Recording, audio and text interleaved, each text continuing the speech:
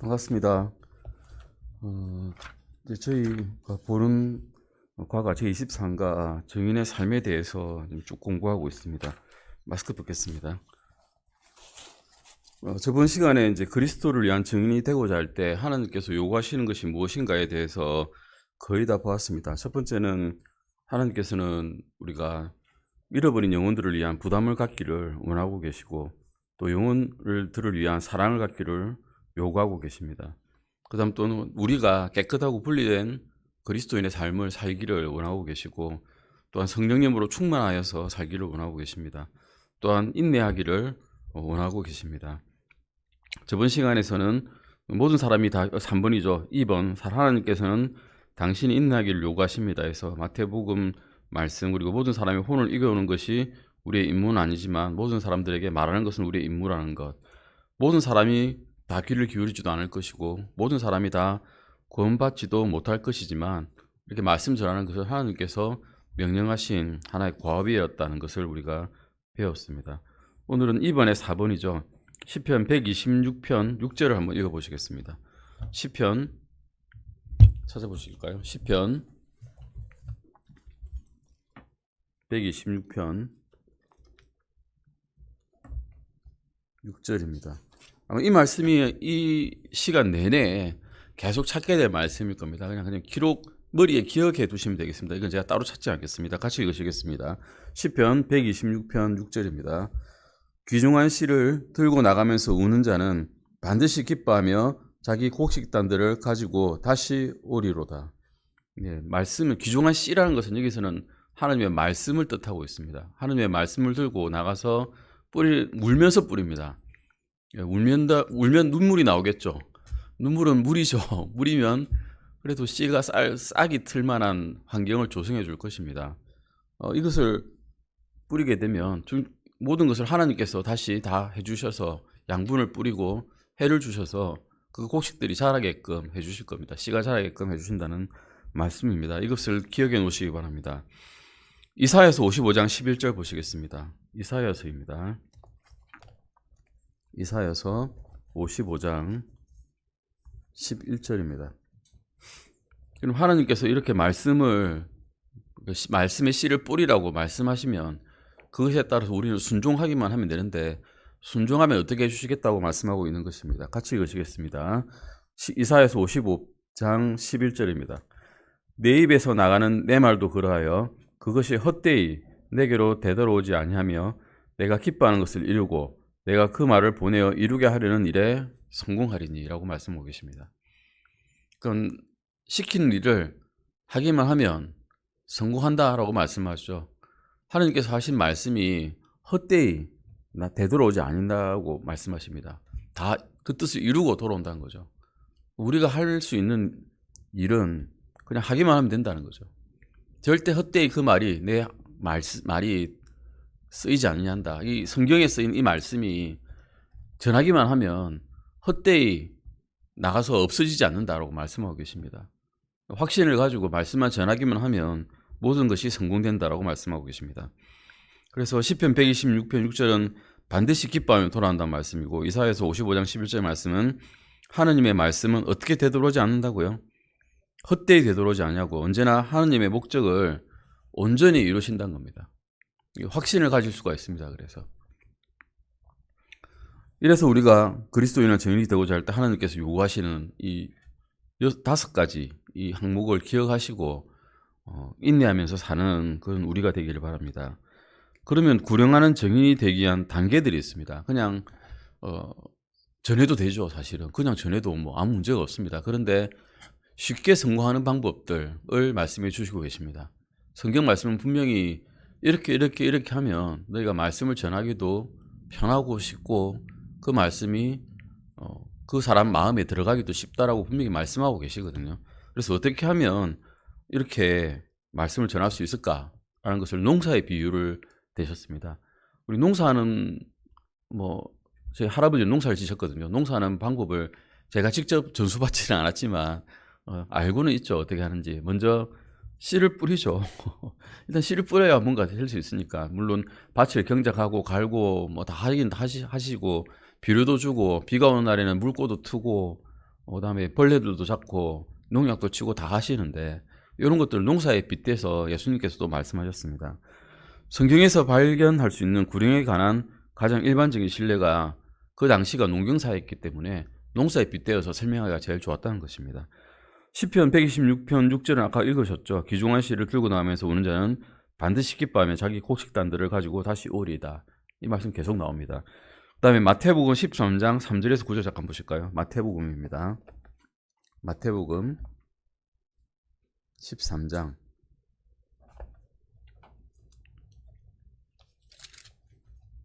3절에서 9절입니다. 우리 씨 뿌리는 자의 비유, 이 비유가 마태복음에서 정말 하나님, 예수님께서 한 번씩 비유를 드신 적은 있는데 이 장에서 보시면 하루에 7가지 비유를 드십니다. 이 장에서, 이 13장에서만 7가지 비유를 드신 이유가 분명히 중요하기 때문에 이 비유를 드셨겠죠. 뭐 아무 필요가 없으면 이렇게 비유를 들어서 계속 설명하실 필요가 없었거든요. 말씀을 전하는 것에 대해서 주님께서는, 그리고 하나님의 왕국 복음을 전하는 데 있어서 이 당시는 왕국 복음이고는 아직까지는 천국 복음이 아닙니다. 왕국 복음에 대해 전할 때 어떻게 하라, 그 비유를 들어가시면서 말씀하고 계십니다. 마태복음 13장 3절에서 9절까지 교독하시겠습니다. 제가 먼저 읽겠습니다. 그분께서 비유들로 많은 것을 그들에게 말씀하여 이르시되, 보라, 씨 뿌리는 자가 뿌리러 나가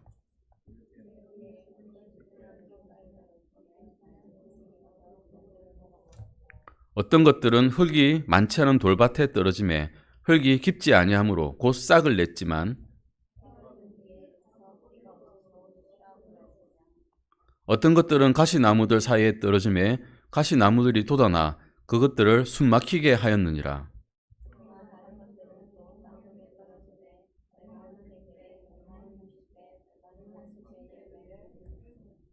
같이 읽으시겠습니다. 들을 귀 있는 자는 들을지어다 하시니라. 아멘. 이 말씀 보시면 씨 뿌리는 비유죠. 씨를 뿌리면 곡식들이 생길 건데 농부에게 시키셨습니다. 씨를 뿌리라고.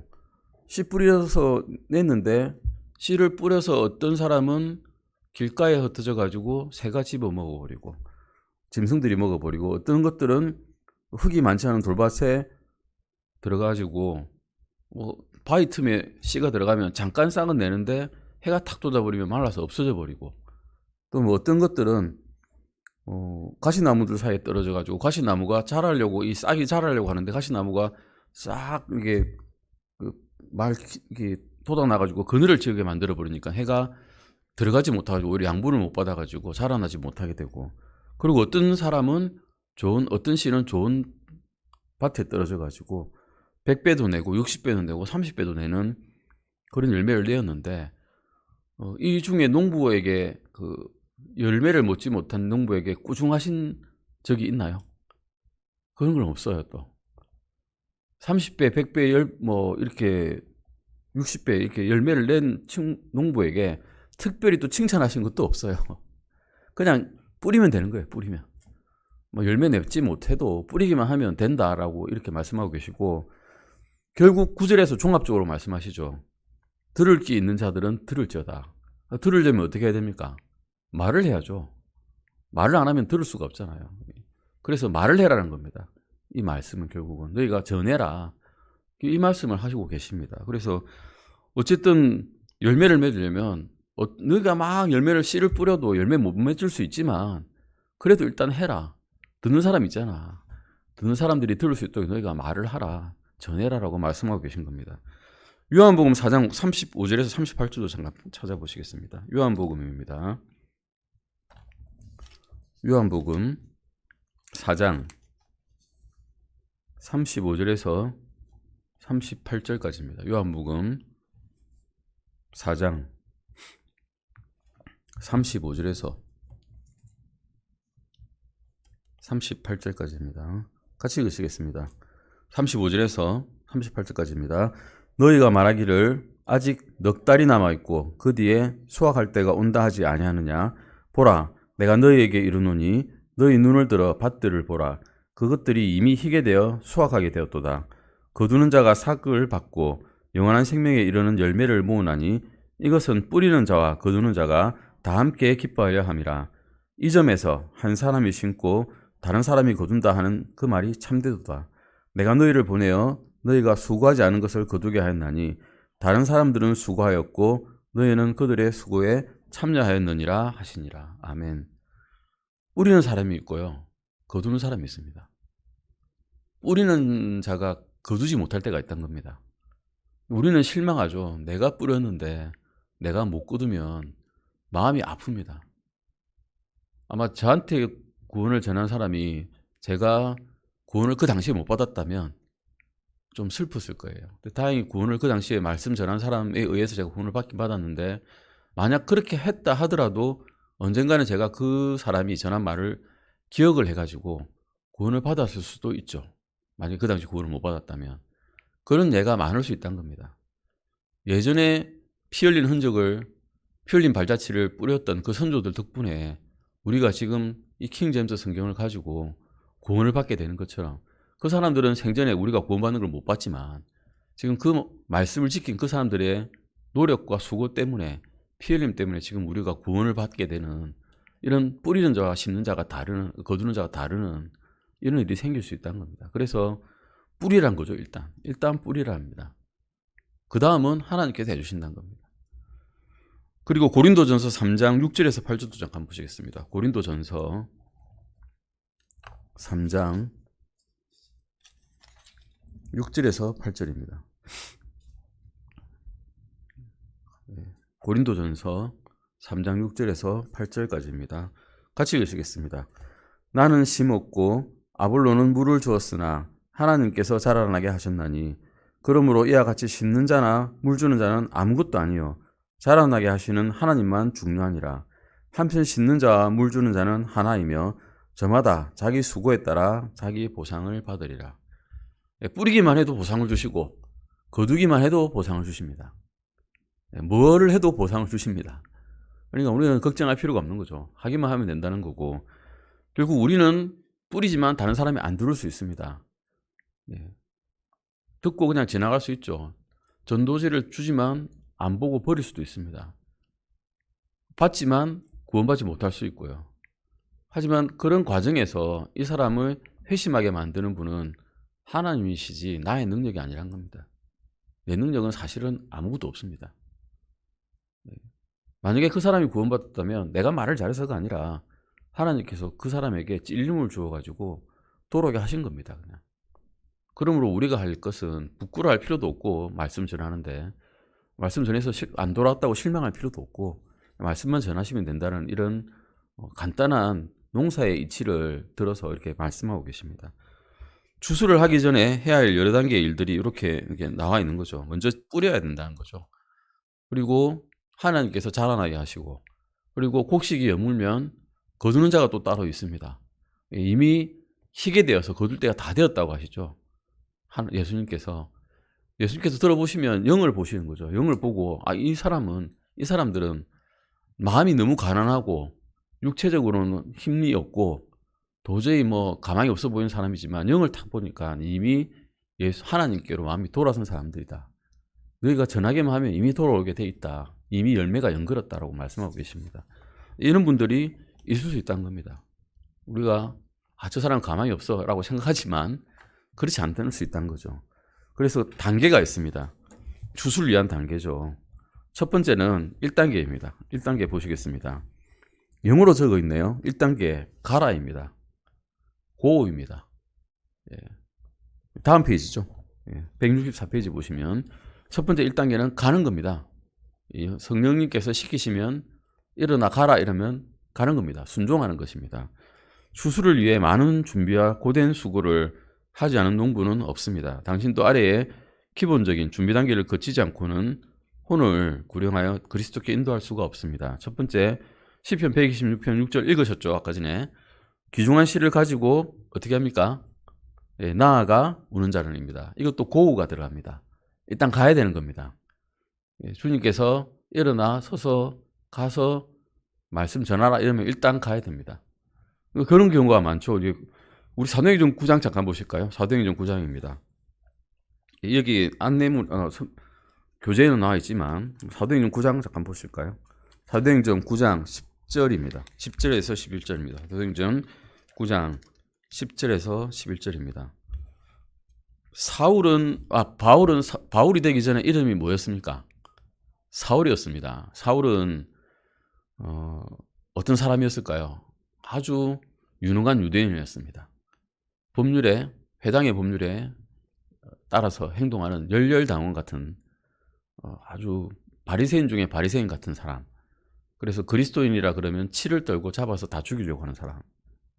그리스도를 전하는 사람들은 내가 다 잡아서 끌고 가야지 라는 열심이 있었던 사람. 이 사람들은 하나님의 말씀에 위배되는 이단이라고 생각했거든요.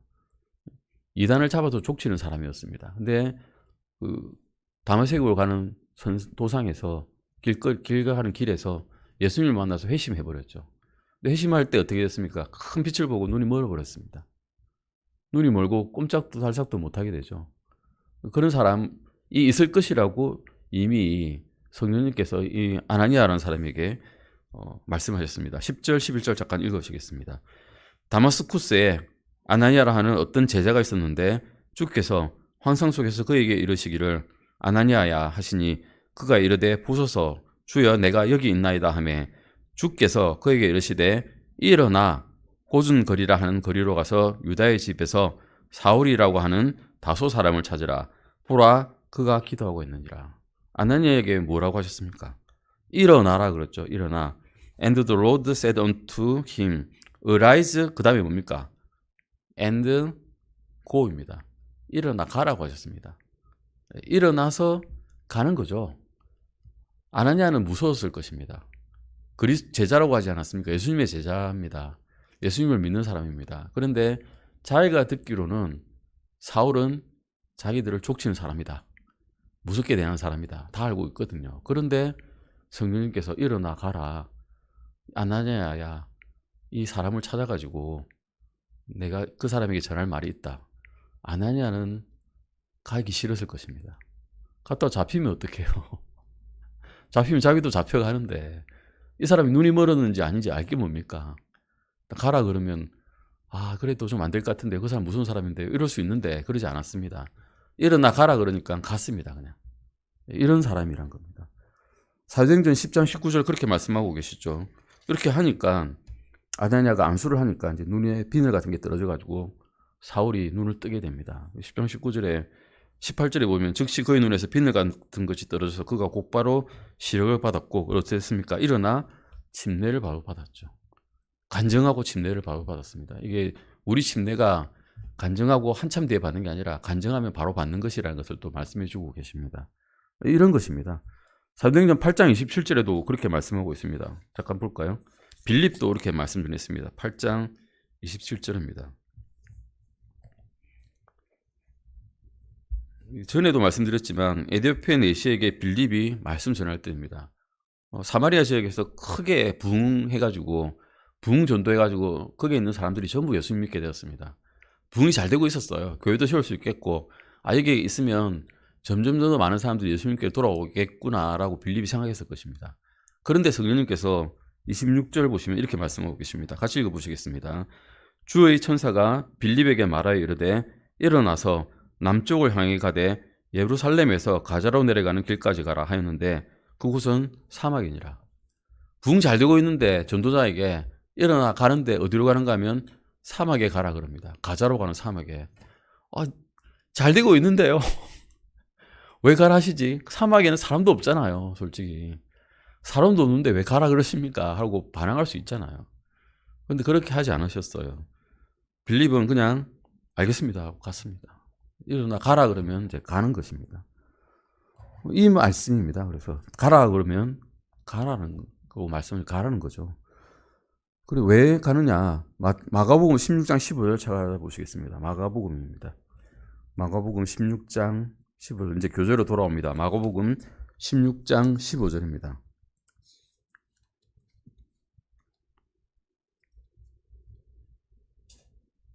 16장 15절은 마가복음 16장 15절입니다. 마가복음. 같이 읽으시겠습니다. 16장 15절 말씀입니다. 같이 읽으시겠습니다. 그분께서 그들에게 이르시되 너희는 온 세상으로 가서 모든 창조물에게 복음을 선포하라 라고 말씀하고 계시죠. 예. 그냥 가는데 가는 이유는 복음 선포하기 위해서 가는 겁니다. 그래서 재미로 가는 게 아니라 복음 선포하러 갑니다. 사도행전 5장 20절도 보시겠습니다. 사도행전 5장 20절입니다. 네, 같이 읽으시겠습니다. 사도행전 5장 20절입니다. 네, 같이 읽으시겠습니다. 찾으셨습니까? 찾으셨으면 같이 읽으시겠습니다.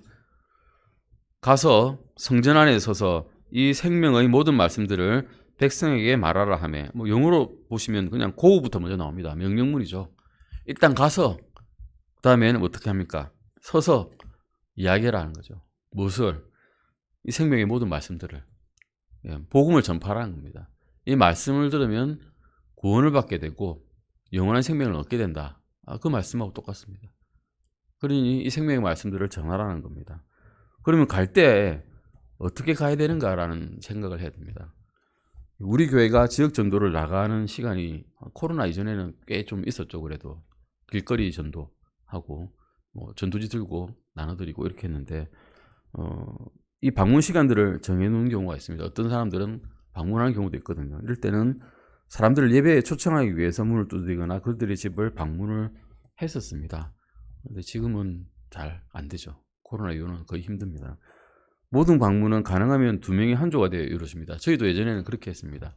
한 분 말씀 잘 하시는 분, 한 사람은 초심자라면 옆에서 잘 지켜보고 배우는 분 해서 가서 이러면 말씀하기가 전하기가 좀 편한데, 어리거나 경험이 없는 그리스도인들은 성숙하고 경험이 많은 그리스도인과 한 줄을 이뤄가지고 경험이 없다면 조용한 파트너가 되어서 가만히 지켜보면서 어떻게 하는지를 보는 겁니다. 그 다음에는 당신이 손에 미칠 수 있는 영역 내에 있는 잃어버린 사람들, 친지들이죠. 친척들이나 이웃들이나 친구들이나 또는 지역 동료들의 목록을 작성을 해봅니다. 그 사람들을 이제 생각해 보면 그 사람들도 어딘가에서는 영혼을 보내게 됩니다.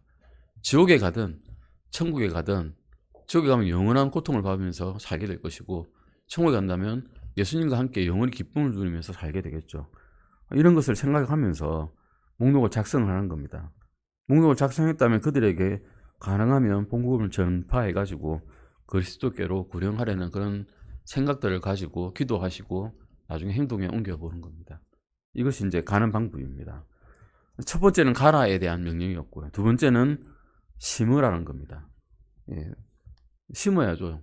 씨를 심어야, 벼도 씨앗을 심어야 모내기를 해야 벼가 자라죠. 그래서 복음이 필요한 누군가를 돕기 위해서는 잠시 멈추고 하던 일을 밖으로 나가야 될지도 모릅니다. 우리 집으로 내가 싫어하는 사람이지만 복음을 선포하기 위해서 초대를 해야 될지도 모릅니다. 그리고 먼저 그 사람의 신임과 신뢰를 얻어야 될지도 모릅니다. 그러나 그들이 구원을 받을 수 있으려면 그 전에 반드시 하느님의 말씀인 그 귀중한 생명의 씨가 심어져 있어야 됩니다. 그래야 키울 수가 있지 않습니까? 먼저 말씀이 들어가 있어야 되는 것입니다. 시편 126편 6절 또 나왔죠.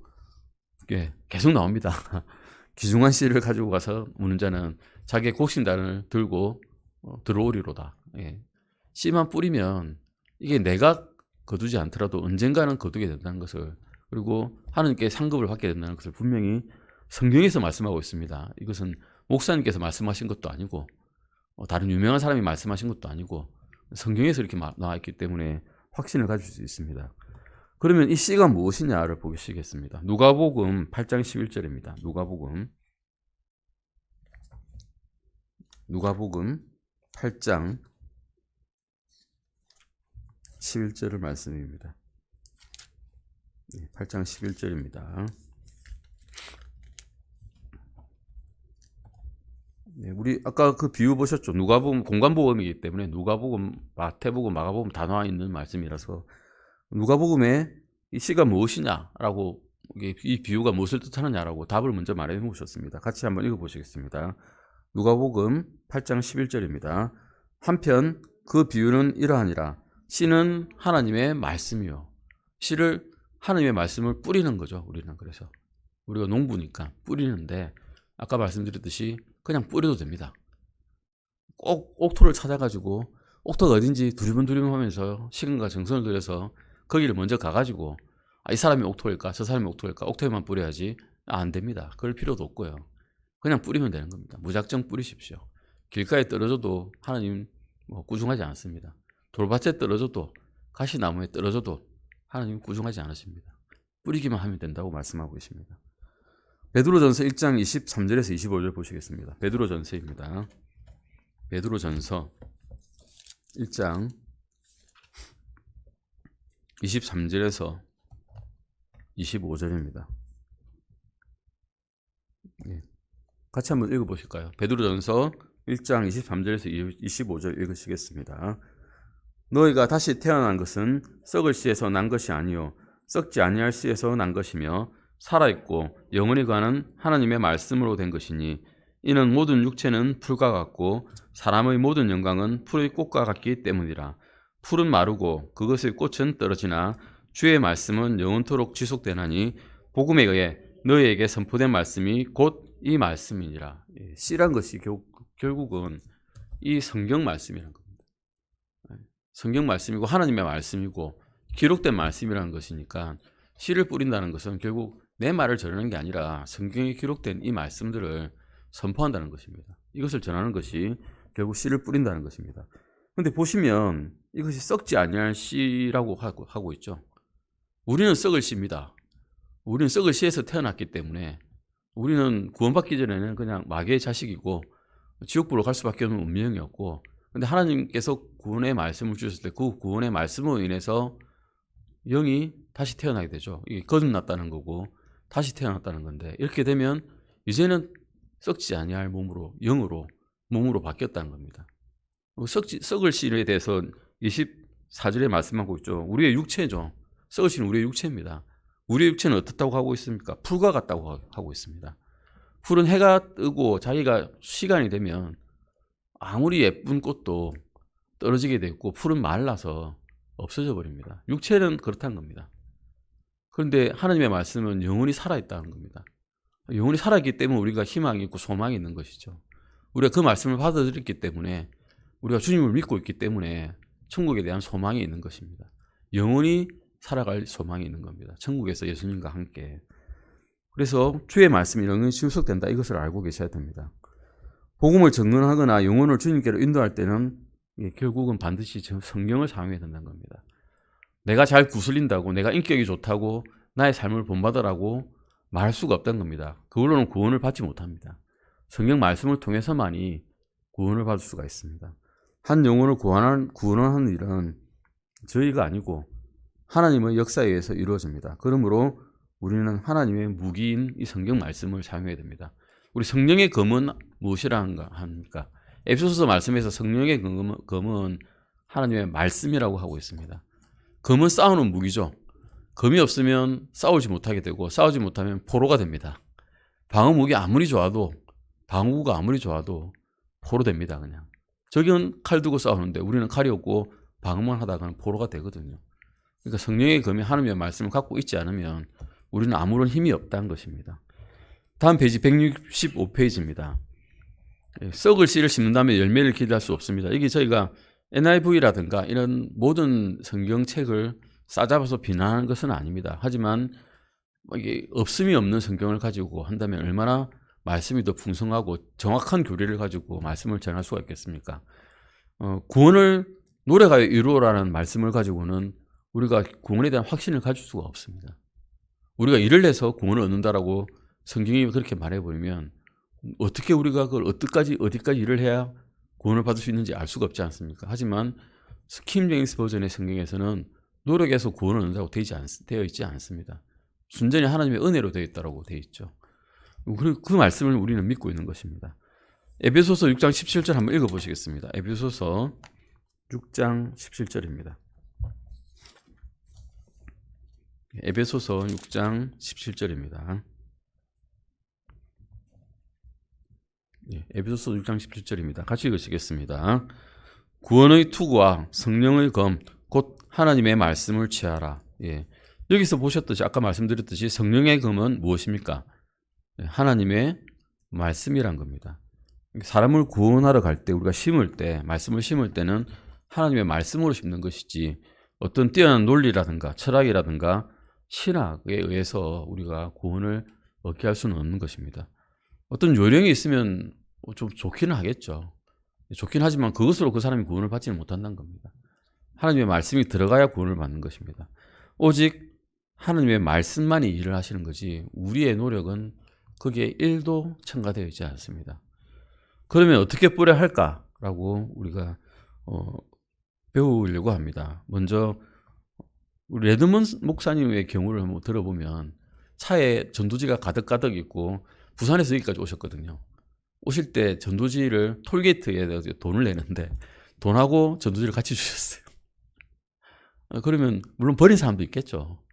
버리는 분도 있을 건데 그렇게 전해 다녔다는 겁니다.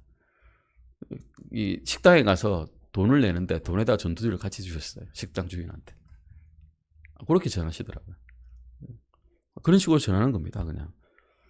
물론 막 이게 우리 다른 사람들 어디 막 전단지 날린 사람들처럼 길거리 다니면서 막 뿌리면 어떻습니까? 그게 보기 좋을까요? 하나님의 말씀이 땅에 밟히게 되는데 그게 좋아 보일까요? 그러진 않죠. 질서 있게 해야 됩니다. 우리도 다른 법을 위반하지는 않는 범위 내에서 전해야 됩니다. 이게 나와 있는 말씀이 그 말씀입니다. 예를 들면 뭐 상점 점원이나 주차장 안내원이나 친구들에게 전도지를 주시라는 겁니다. 공중전화 요즘에 없습니다. 공중전화 박스 옛날에 있었죠. 그래서 거기에 놓고 가면 어떤 사람은 찾아서 봅니다. 식당 테이블이나 대기실에 전도지를 놓아두기도 하고요. 편지 요즘에 안 보내죠. 이메일에 붙여넣기 해서 보면 좋겠는데 뭐 그런 식으로도 할 수가 있고요. SNS를 통해서 하는 방법도 있긴 하겠죠. 요즘 그렇게 많이 하시더라고요. 유튜브를 통해서도 하시기도 하고. 그런데 전도지에 교회 이름과 전화번호를 꼭 적으라는 겁니다. 그래야 어디론가 연락할 때가 있죠. 아무데나 무분별하게 날리면 이 사람이 무슨 말을 하는 건지 신빙성이 있는 건지 알 수가 없으니까요. 전도지를 무분별하게 사용해서 법을 위반하게 되거나 거리를 어지럽히지 않도록 하시는 것이 중요합니다. 그리고 가능하면 사람들을 교회 모든 예배에 초대하는 겁니다. 처음에는 거절하고 변명합니다. 저도 그랬습니다. 저를 인도한 그런 굴ing한 친구가 저에게 가져가 있을 때 오늘 좀 바쁜데 좀 할 일이 있는데 거절거절 하다가 자꾸 권유하면 강권에 의해서라도 어쩔 수 없이 가게 되는 경우가 있습니다. 친하다면 더 그렇고요. 그러면 어쩌다 보면 하나님의 말씀이 들어가면 그렇게 하다가 구원받을 수 있지 않겠습니까? 또 영혼에 관심을 두셔야 됩니다. 우리를 만나는 모든 사람들이 천국이나 지옥 중 둘 중 한 군데서 영혼을 보내야 된다는 사실을 인지할 수 있도록 해달라고 하나님께 구하시는 것입니다. 제가 우연히 도서관에 갔다가 책을 하나 보게 되었습니다. 조나단 에즈워즈라고 하는 사람이 지은 책인데 이 사람은 1703년에서 1758년 정도 산 사람입니다. 얼마 안 살았죠. 한 55년 정도 사신 분인데 책을 쓰셨더라고요. 제목이 뭔가 하면 경노한 하나님의 손에 붙잡힌 죄인들이라고 하는 책이었습니다. 미국에서 이분이 부흥전도사였습니다. 엄청난 전도를 하였습니다.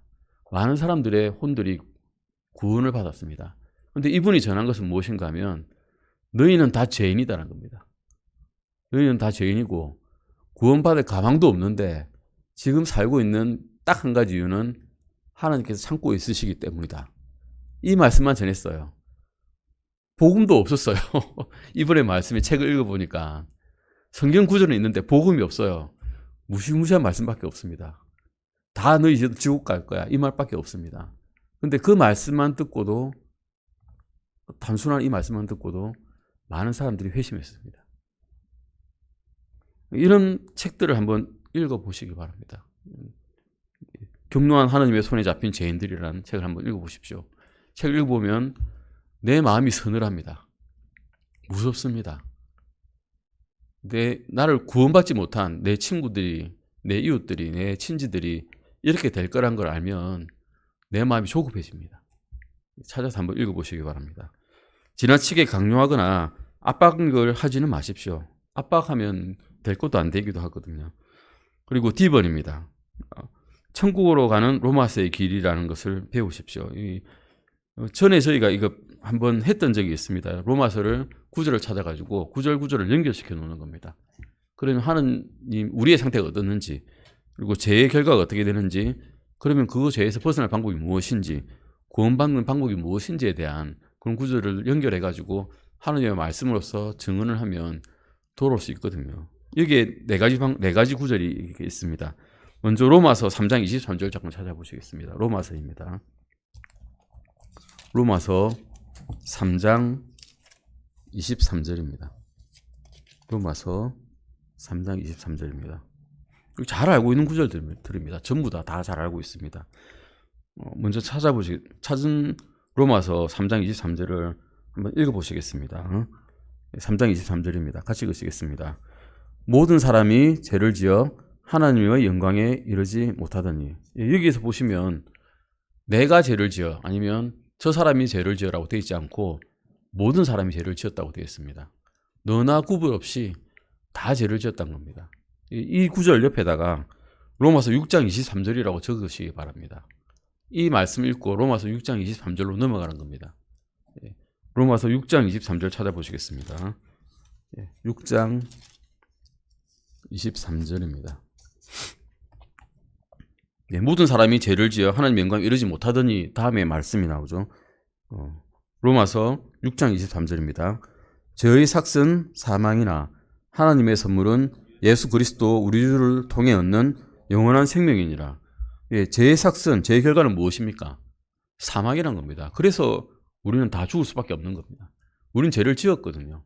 지금도 우리의 육체는 죄를 짓고 있고 의롭지 않은 사람들입니다. 그래서 죽음이 우리에게 올 수밖에 없다는 것을 우리 결과를 다 말씀해 주고 계십니다.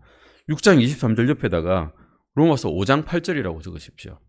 로마서 5장 8절입니다. 찾아보실까요? 로마서 5장 8절.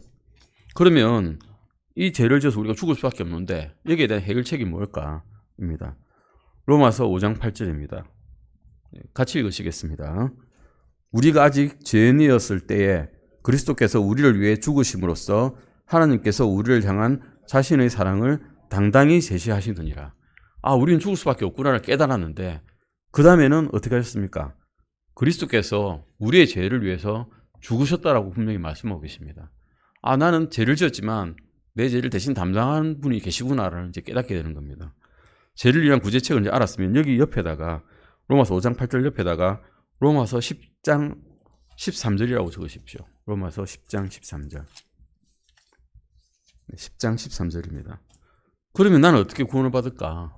주님께서는 우리의 죄를 위해서 죽으셨는데 내가 뭘 해야, 사람은 그렇게 생각하잖아요. 내가 뭘 해야 구원받는다 생각하니까 내가 뭘 해야 구원을 받을까? 라고 한번 읽어보시겠습니다. 로마서 10장 13절입니다. 같이 읽으시겠습니다. 누구든지 주의 이름을 부르는 자는 구원을 받으리라. 여기도 누구든지입니다. 죄를 조금 지은 자는 구원을 받으리라 하지 않으시고 죄를 아주 많이 지은 자만 구원을 받으리라 하지 않으시고 누구든지 주의 이름을 부르는 자는 구원을 받으리라고 말씀하고 계십니다. 아멘. 이것이 이제 로마서의 천국으로 가는 로마서의 길이라고 하는 구절구절을 연결한 죄의 사실부터 결과가 죄를 위한 구제책과 구원받는 방법까지 이렇게 다 로마서에 적혀져 있는 것입니다. 이것을 일률적으로 다 이렇게 하실 필요는 없습니다. 본인이 알고 있는 구절 하나만 가지고도 그분의 마음에 들어간다면 그분의 마음에서 회개가 일어나게 되고 주님을 향한 마음이 일어날 수 있습니다. 이걸 따라 꼭 할 필요는 없는데 이렇게 하면 편하다는 겁니다. 누구든지 다 이해할 수 있게끔 되어 있거든요. 레드먼 목사님께서 아마 이걸 가지고 저희한테 말씀 주셨던 기억이 납니다. 사실은 저도 제가 구원을 받을 때 오늘 여기까지 하시고 다음 시간에 다른 단계, 우리가 2단계까지 배웠죠. 2단계 중에서 이제 먼저 가는 것, 그 다음에 심는 것에 대한 단계에서 어떻게 해야 될지를 보시겠습니다.